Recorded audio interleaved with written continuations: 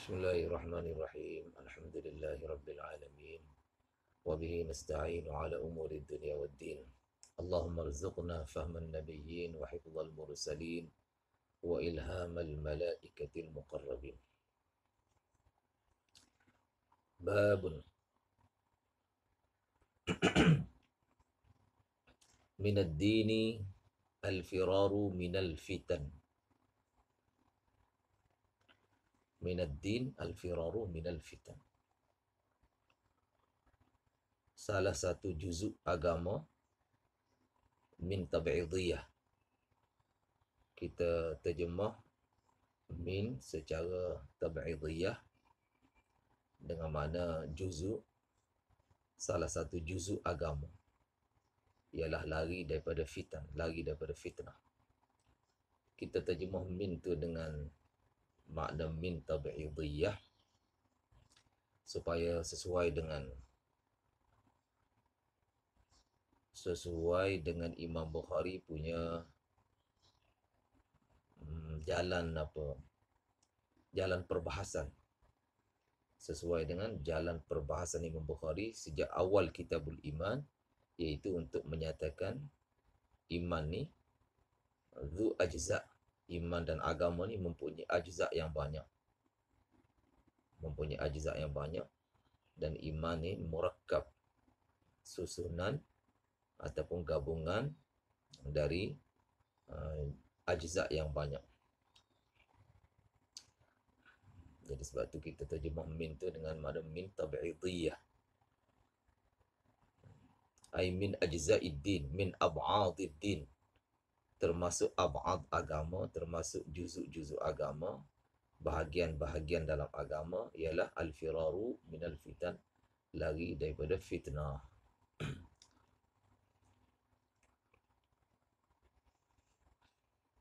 Sebab apa lari daripada fitnah? Fitnah ni perkara-perkara yang mengganggu untuk amal agama, perkara-perkara yang menjadi gangguan, halangan untuk amalkan agama.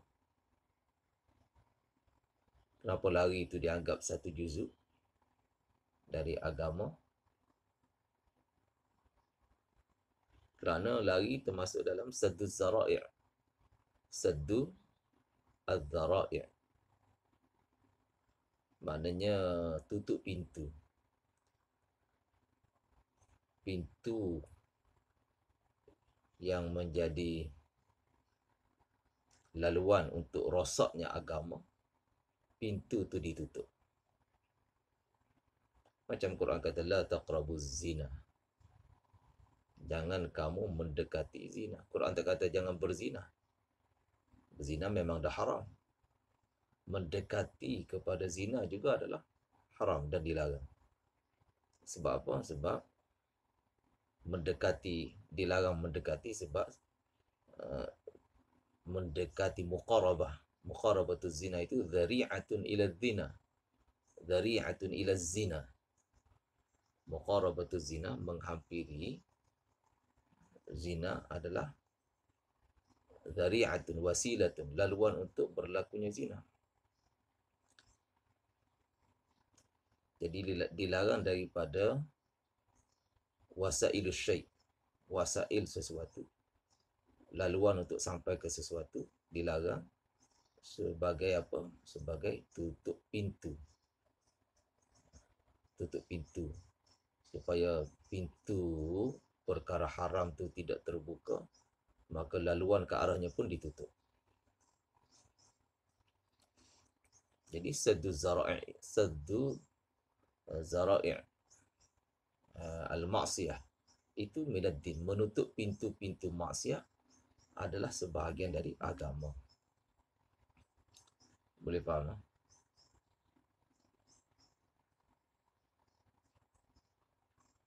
Macam kaedah apa?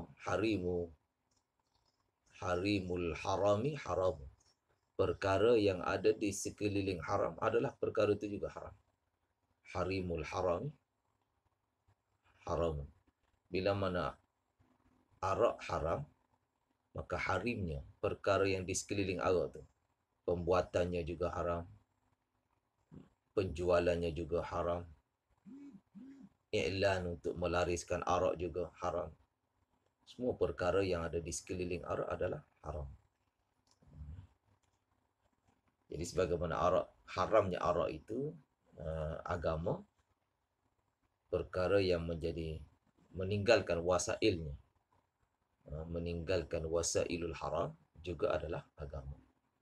Arak haram, wasail yang membawa kepada arak, jalan-jalan, laluan-laluan yang membawa kepada arak, meninggalkannya ataupun mengelak daripadanya juga adalah termasuk dalam agama.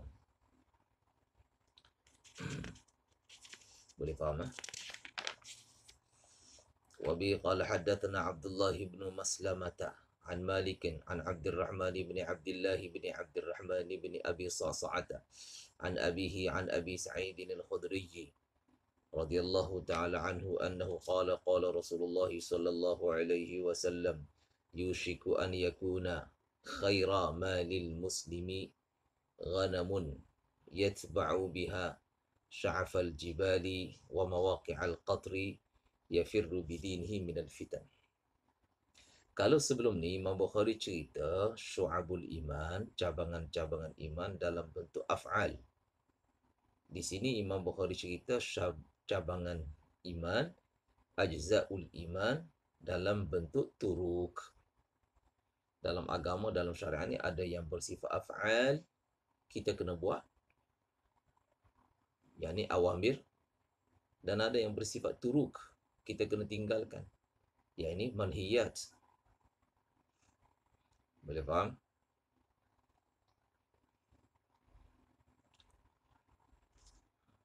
Abu Sa'id Al-Khudri kata bahawa Nabi SAW bersabda, yushiku, tak lama lagi akan tiba, bahawa an yakuna khaira malil muslim, akan berlaku ghanamun, kambing. Kambing isim kana. Kambing isim kana, khairatu khabar kana. Akan berlaku kambing yang mana seseorang Islam, seseorang Muslim, yatba'u biha, menjejaki dengan bawa kambing tadi, dia menjejaki, si Muslim itu menjejaki, yatba'u ni menjejaki,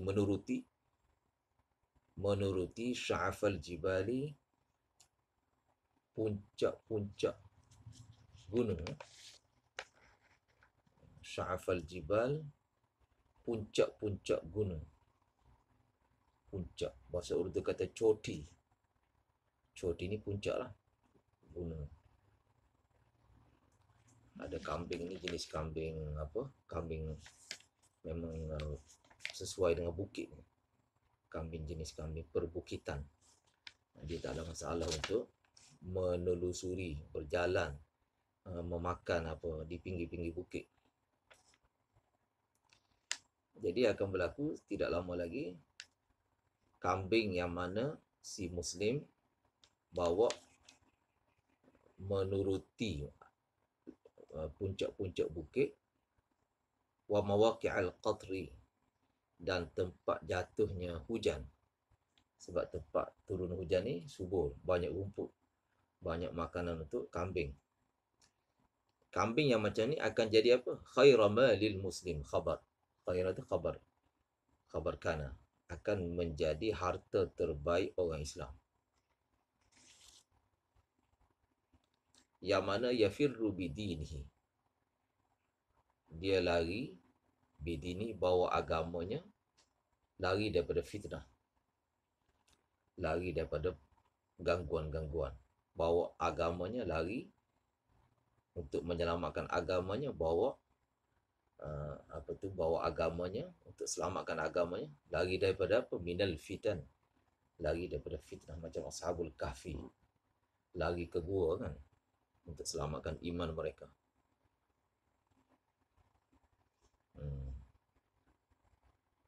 إذ قاموا فقالوا ربنا رب السماوات والأرض لن ندعو من دونه إلها لقد قلنا إذا شططا. Lepas tu apa dia? Allah kata kepada mereka, fa'u ilal kahfi yanshur lakum rabbukum min rahmatihi. Ta'ala ilhamkan kepada mereka untuk berlindung ke gua, lari ke gua, untuk selamatkan agama dari kezaliman Raja Diqyanus.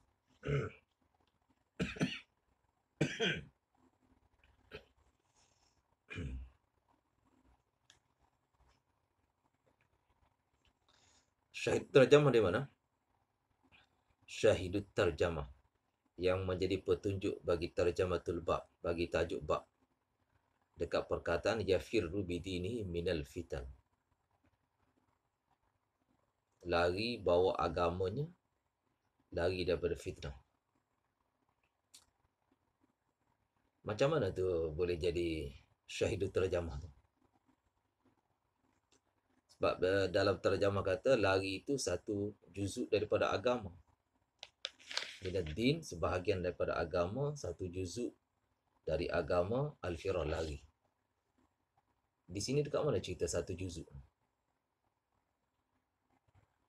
Dekat mana? Dekat yafiru bidini itu dekat mana ada cerita bahawa firar itu satu juzuk?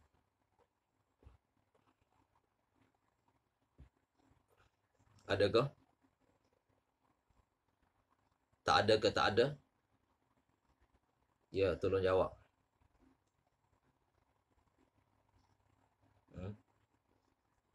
Yang ceritanya, yang hadis ceritanya orang ni lari. Untuk apa lagi nak selamatkan agama? Adakah dia cerita lari itu satu juzuk dari agama? Ada cerita ke dalam hadithul bab? Ya. Tak ada. Tak ada kan? Habis tu tidak ada mutabaqah tu. Tak ada mutabaqah, tak ada kesesuaian antara hadithul bab dengan terjematul bab. Siapa boleh jawab kemusykilan ni?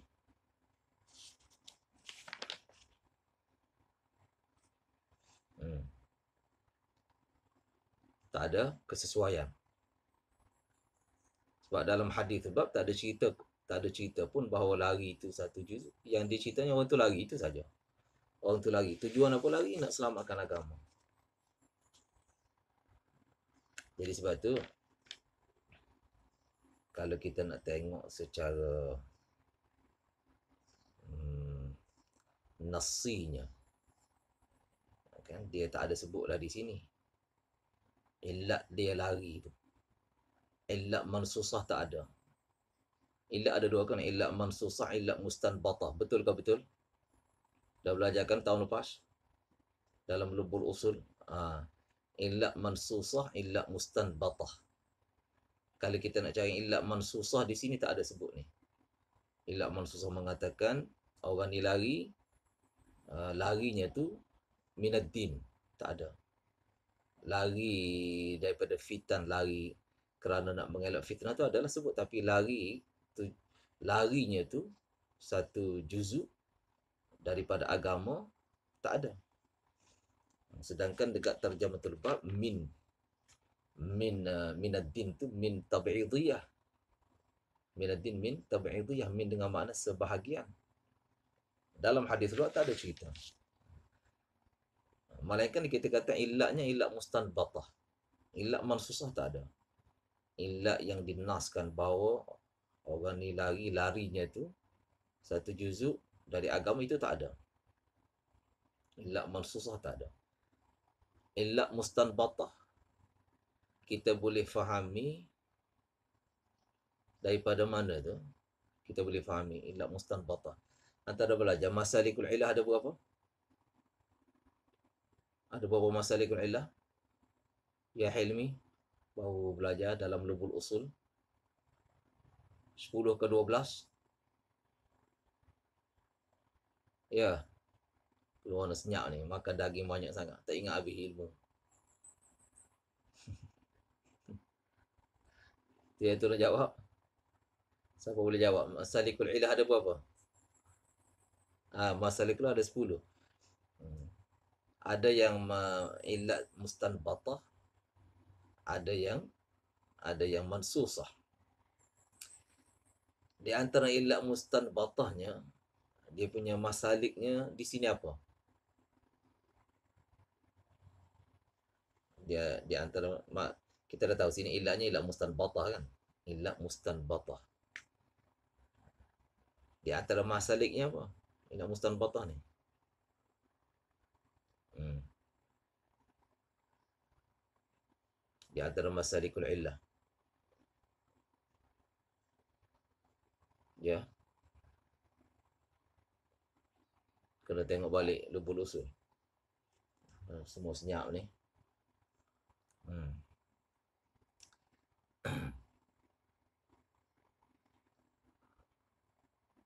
Jadi di sini mungkin kita boleh kata dia punya ilahnya apa? Munasabah ni. Munasabah. Ataupun kita kata apa? Takhrijul manat. Takhrijul manat.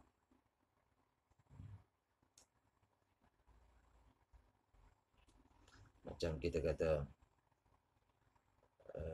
akrimil alim. Kamu muliakanlah orang alim itu. Di situ apa illatul ikram? Ilmunya. Adakah ilmu itu mansusah? Adakah illat itu mansusah? Tidak. Tetapi illat itu mustanbatah, boleh dikeluarkan daripada situ. Boleh dikeluarkan daripada akrimil ulama itu, illatnya adalah ilmu. Illatul ikram apa? Ilmu. Jadi illat begitu, kenapa? Kena ada munasabah. Kerana ilmu dengan ikram itu ada munasabah. Jadi perbuatan mengeluarkan daripada akrimil ulama, kita keluarkan illat. Illatnya ilmu, perbuatan mengeluarkan illat tu namanya takhrijul manat. Takhrijul manat yang dibuat berdasarkan adanya munasabah. Ada munasabah bainal illati wal hukum, antara illat dengan hukum. Hukum ikram dengan illat ilmu ada munasabah. Boleh faham ke tu?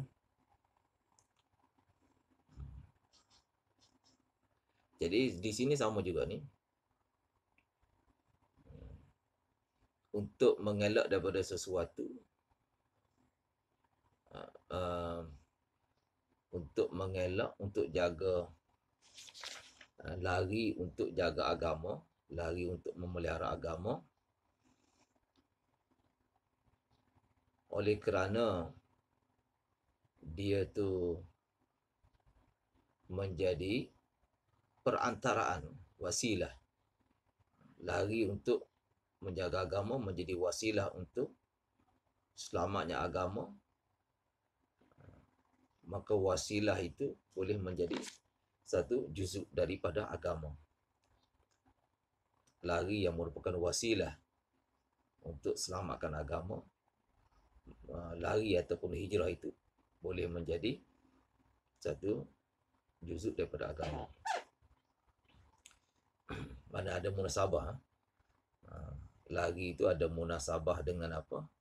Untuk menyelamatkan agama. Kalau satu orang duduk di darul kufur misalnya, negeri kufur, maka agama dia terancam. Duduk di darul kufur, agama dia terancam. Macam mana nak selamatkan agama? Dia perlu hijrah, meninggalkan darul kufur. Okay. Jadi perbuatan meninggalkan darul kufur itu bertujuan untuk apa? Untuk selamatkan agamanya. Maka lari yang macam tu dia merupakan satu juzuk daripada agama. Boleh faham? Maknanya kalau kita nak cari illat mansusah di sini tak boleh. Kita tak akan menemui illat mansusah. Melainkan yang ada illat mustanbatah. Iaitu apa dia? Munasabah. Lari itu suatu munasabah dengan apa? Selamatkan agama. Macam Ashabul Kahfi lari daripada istana ke gua, yang mana lari mereka itu ada munasabah dengan apa? Dengan salamatuddin, selamatnya agama mereka. Sebab kalau mereka kekal berada di istana, mereka ni golongan menteri-menteri. Kalau mereka kekal di istana, mereka terancam, akidah mereka terancam, mereka diugut bunuh, mereka diugut apa untuk diseksa, dipenjarakan dan sebagainya. Diugut oleh raja yang zalim, Diqyanus. Boleh faham ah? Jadi munasabah ni masalik yang keberapa munasabah? Siapa ingat? Di antara 10 masalikul illah, cara kita nak keluarkan illah. Al-munasabah ni cara yang keberapa? Ya, sila jawab. Bagus. Cara yang kelima. Siapa dia ni? Helmi. Bagus. Masya Allah. Orang Thailand pula mendahului ni. Orang Thailand macam mana? Thailand ni darul kufur ke darul Islam ni? Selamatkah agama di Thailand? Ya, Helmi. Saya rasa kerana berkat kerja dakwah ni, agama di Thailand lebih terpelihara berbanding sebilangan negara Islam. Masya Allah. Dia punya keislaman tu lebih menonjol berbanding sebilangan negara Islam yang lain. Kecuali Kelantan. Kelantan tak boleh banding lah. Semua jelas? Dah jelas kemuskilan tu? Kenapa hadis? Ya? Jelas ah? Kenapa tidak ada mutabaqah kan? Tidak ada kesesuaian antara hadithul bab dengan tarjamatul bab. Jadi jawapannya dah jelas, kesesuaiannya tu ada, mutabaqahnya tu ada. Cuma illatnya adalah illat mustanbatah, bukan illat mansusah. Jelas? Ya, sudah jawab. Alhamdulillah. Alhamdulillah. Yushiku an yakuna khaira. Tadi kita kata khaira tu khabar kana, ghanamul isim. Kalau ikut riwayat Usaili, dia jadi terbalik. Jadi terbalik. Iaitu khairu tu jadi isim kana. Dalam nuskha Usaili. Ada yang baca Usaili, ada baca Asili. Ada yang baca Usaili, ada yang baca Asili. Dalam nuskha Usaili, khairu jadi isim kana. Dan ghanaman tu mansub khabar kana. Jadi baca macam mana? Yushiku an yakuna khairu malil muslimi ghanaman.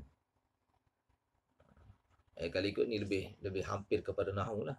Sebabnya isim kana seharusnya sebaiknya ma'rifah dan khabarnya itu nakirah. Dan di sini ghanaman nakirah. Khairu malil muslim idhafah kepada ma'rifah jadi ma'rifah. Muslim tu ma'rifah kan?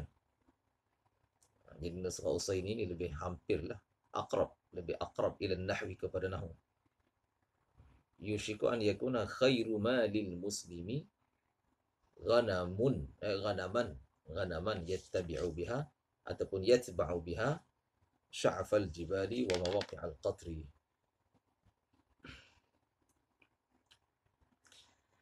Ada satu lagi riwayat di sisi Ibnu Malik. Ibnu Malik kata di sini boleh dua-dua. Bukan riwayat ni, ini lebih kepada dirayah ni. Dirayah, suatu kefahaman yang dicetuskan oleh Ibnu Malik. Beliau mengatakan di sini boleh kita baca dua-dua marfu'. Yushiku an yakuna, dalam yakuna tu ada dhamirus sya'ni, khairu malil muslimi ghanamun. Khairu jadi mubtada, ghanamun jadi khabar. Yang dalam yakuna dhamirus sya'ni. Jadi yushiku an yakuna teramal tak lama lagi akan berlaku dhamir sya'n, berlaku satu sya'n, akan berlaku suatu sya'n, suatu keadaan. Apa keadaan tu? Khairu malil muslimi ghanamun. Harta terbaik orang Islam ialah kambing yang dia guna, yang dia bawa kambing tu untuk melalui, menuruti, menjejaki puncak-puncak gunung. Al-Hafiz Ibn Hajar kata Ibnu Malik punya dirayah ni kan, apa yang Ibnu Malik kemukakan ni, dari segi nahwunya betul lah, bolehlah terima. Tapi dari segi riwayatannya tak ada. Al-Hafiz Ibn Hajar telah tatabbu' turuqul hadis, telah menjejaki jalan-jalan hadis, dia tidak menemui adanya riwayat yang memarfu'kan kedua-duanya sekali. Tak ada tu dalam secara riwayatnya, tak ada. Dua-dua marfu'. Yushiku an yakuna khairu pun marfu', ghanamun pun marfu', itu tidak ada. Jadi kata Al-Hafiz, taujih nahwinya betul, tetapi dari segi riwayatnya tidak ada. Samjai baik.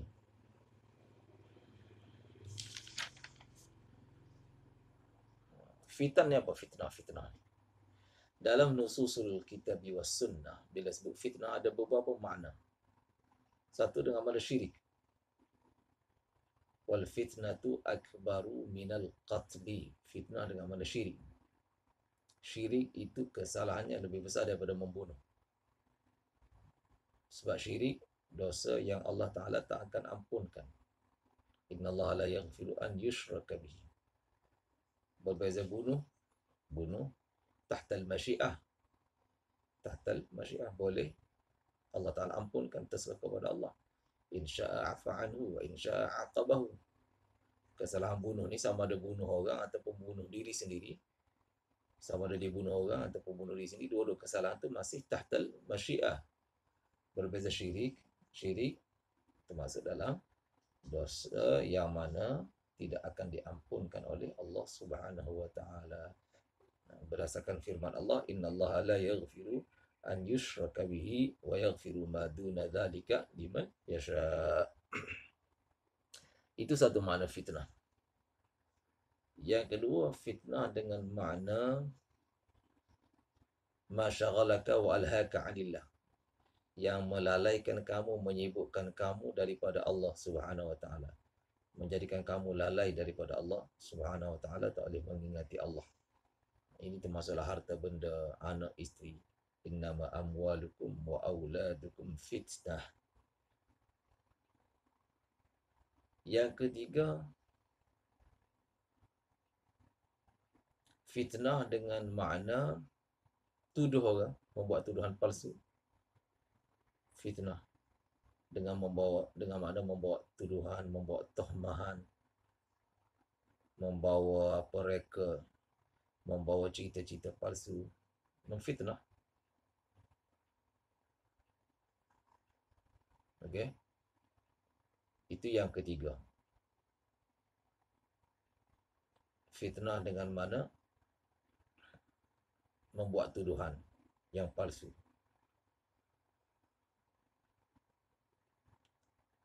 Dan yang keempat, fitnah dengan makna ujian. Fitnah dengan makna apa? Ujian. Macam fitnatul qabri.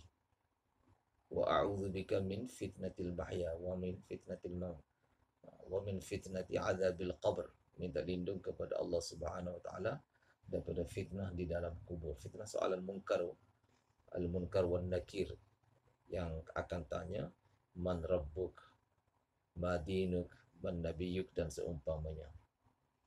Ini fitnah dengan mana apa? Dengan mana ujian ataupun dugaan daripada Allah Subhanahu wa taala. Yang kelima, fitnah dengan makna pembunuhan, kekacauan, peperangan, seperti fitnah Tatar, fitnah Dajjal. Fitnah Dajjal ada dua makna tu. Dalam fitnah Dajjal ada dua pengertian. Pengertian bunuh pun ada. Bunuh.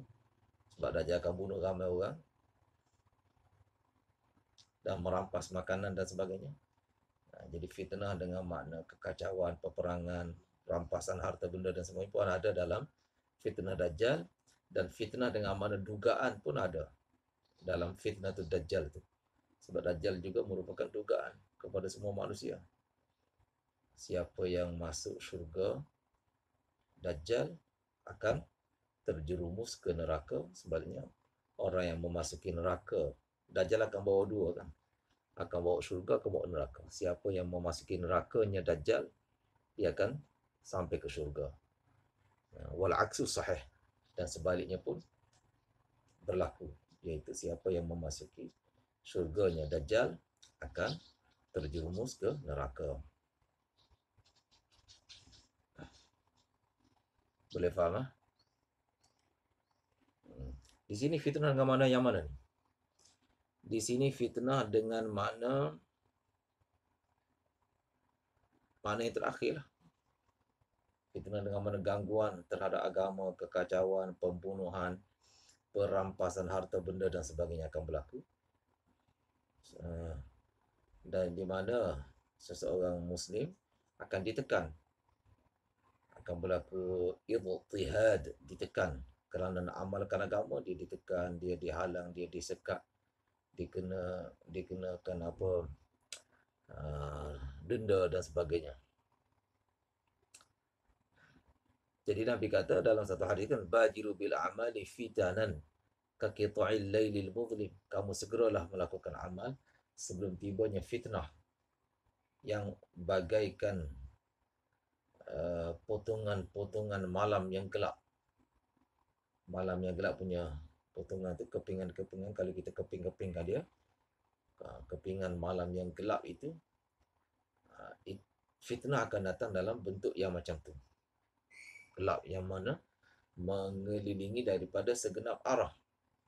Jadi Nabi kata kamu segera lakukan amal sebelum tiba keadaan itu. Di mana yusbihur rajulu mu'minan wa yumsi kafiran. Pagi-pagi seseorang itu beriman, petang dia sudah kufur. Sebaliknya pula, petang dia beriman, yumsi mu'minan wa yusbihu kafiran.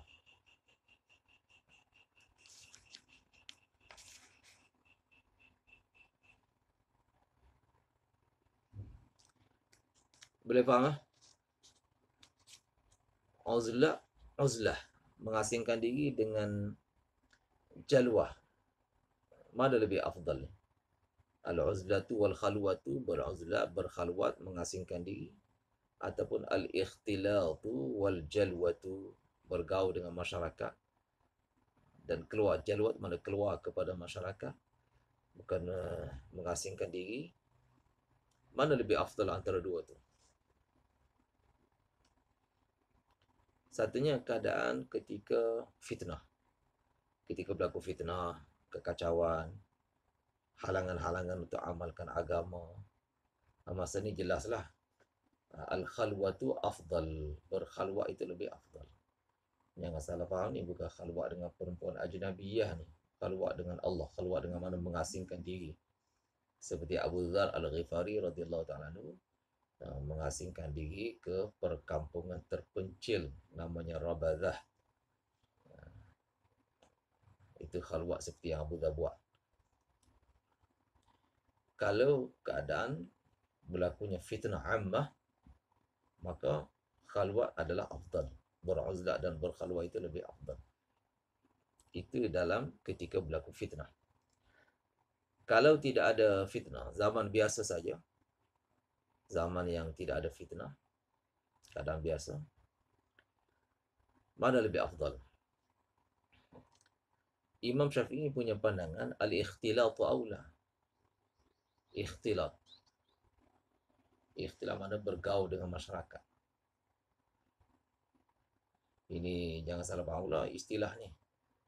Ikhtilat ni pun hari ni istilahnya disalah ertikan. Orang ertikan ikhtilat dengan mana pergaulan bebas lelaki perempuan.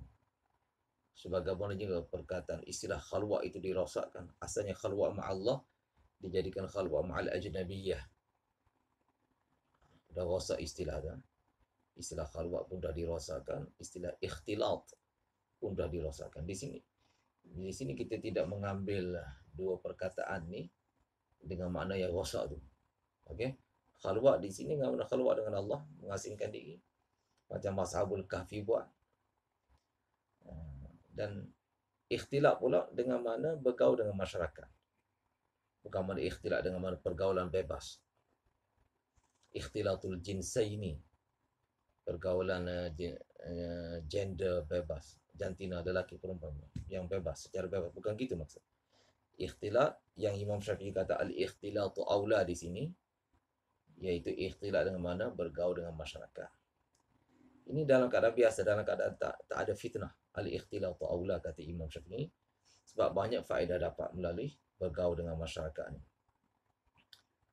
Kita dapat berkongsi-kongsi kebaikan, dapat bertukar-tukar fikiran, yang mana dengan beruzlah kita tak akan dapat tu. Dapat gotong royong buat kebaikan, dapat solat berjemaah, dapat buat amal-amal masjid dan sebagainya daripada ikhtilat ni. Kata Ibn Umar, al-mu'minu alladhi yukhalitun nas wa yasbiru ala adhahum. Orang mukmin yang bergaul dengan masyarakat dan sabar terhadap adhahum, terhadap perbuatan-perbuatan yang menyakitkan yang datang daripada masyarakat. Kata Ibn Umar, a'zamu ajran, lebih besar pahalanya, minal mu'minil ladzi la yukhalitun nas, berbanding orang mukmin yang tak bergaul dengan masyarakat, wala yasbiru ala adahum, dan tidak sabar terhadap idak mereka, tidak sabar terhadap kerenah-kerenah mereka. Ini pandangan Imam Syafi'i memetik hadis daripada riwayat Ibn Umar yang mengatakan al-mu'minul ladzi yukhalitun nas wa yasbiru ala adahum khairun, lebih a'zamu ajran, lebih besar lagi pahalanya. Sedangkan pandangan satu lagi kata beruzlah itu lebih afdal. Ini ceritanya bila tak ada fitnah ni, dalam keadaan biasa. Ada dua pendapat ulama. Pendapat kedua kata uzlah lebih afdal. Sebab apa? Hari ni majlis-majlis ni jarang nak selamat dari adanya mengumpat, adanya keji satu sama lain, adanya apa, tasghir. Majlis-majlis ni payah nak elak. Payah nak elak daripada berlaku apa tu, maksiat. Nak jaga mata payah, nak jaga telinga payah, nak jaga lidah payah. Bila adanya apa, bergaul. Maka pandangan kedua mengatakan al-uzlatu afdal, beruzlah itu lebih afdal lagi, mengasingkan diri. Jadi macam mana kita nak tatbik antara dua pendapat tu? Tatbiknya gini, kalau satu orang dia ada satu kekuatan lah, kan dia duduk dalam majlis, dia ada kekuatan untuk kawal diri dia dan kawal orang lain supaya tidak berlaku maksiat, tak berlaku mengumpat dan sebagainya, maka afdal untuk dia ialah bergaul dengan masyarakat. Kalau dia tak ada kekuatan tu, kekuatan nak kontrol majlis, maka afdalnya dia mengasingkan diri daripada masyarakat. Okey, sampai tu dulu, masa tak mengizinkan. Wassalamualaikum warahmatullahi wabarakatuh.